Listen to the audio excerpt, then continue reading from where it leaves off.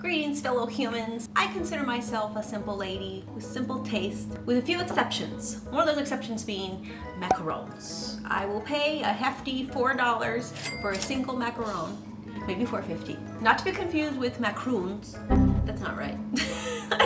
Not to be confused with macaroons, which have shredded coconut on top of them, so they're abomination. I realize I might be in the minority.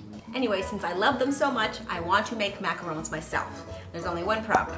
Macarons require precision and concentration. Things that I'm not known for on this channel.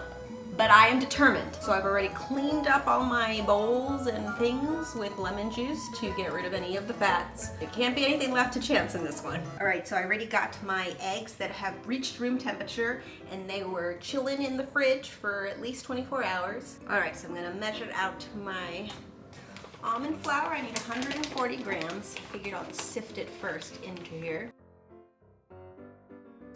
I am not patient. At least I'll get my steps though. All right, I'm gonna put that over here and we're gonna sift it again and run it through the food processor a couple of times because that's what it told me to do. All right, now we got 130 grams of powdered sugar. Sorry dogs, loud noises. Sift it again. Now I'm going to measure out 90 grams of sugar. So I'm using super fine caster sugar, but you can use granulated sugar too. I just figured that smaller grains will probably lead to more success. I don't know if that's true. Now I've got my egg whites in the bowl already, and this is where I get a little nervous. So I have a whisk attachment connected to my standing mixer. And then when it gets a little foamy and bubbly, I'm going to add the cream of tartar. Now I'm slowly going to add the sugar. Okay, I think soft peaks are just starting to form. So I'm going to put in my color now. I'm just going to stare at it. Oh, it's looking good. It's got stiff peaks. I'm going to start folding in the almond flour, doing it like a third at a time. I'm so excited. I might have macarons today. Okay, here's the rest of it. So this is where it gets really critical.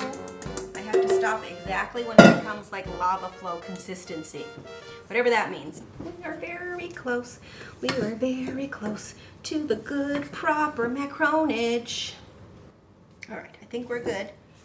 I can make a ribbon, a figure 8. I have a 10 tip just because that's the largest one that I had. I'm not a great typer, so hopefully this is not too hard to get like a nice 1-inch sort of sphere.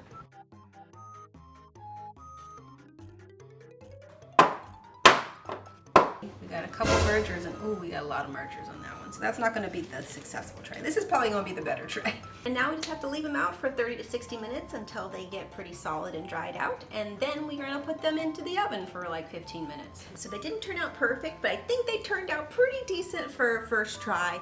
I got a little bit of crumbles on the top, and I think that's because I don't have a thermometer for my oven, so I think it might have been too hot. It's also very humid here, so I don't know. It could be anything. I have some raspberry buttercream icing that I'm going to fill them with. It did have feet, so I'm happy about that. See, that one looks pretty cute. I think that's a good one.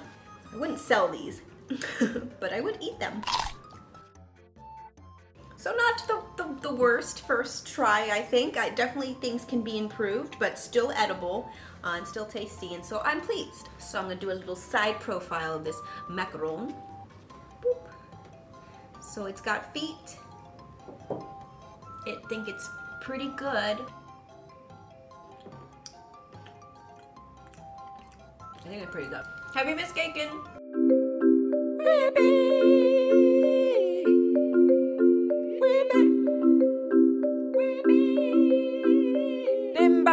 Bam bam bear when the baby, baby, baby, baby, baby,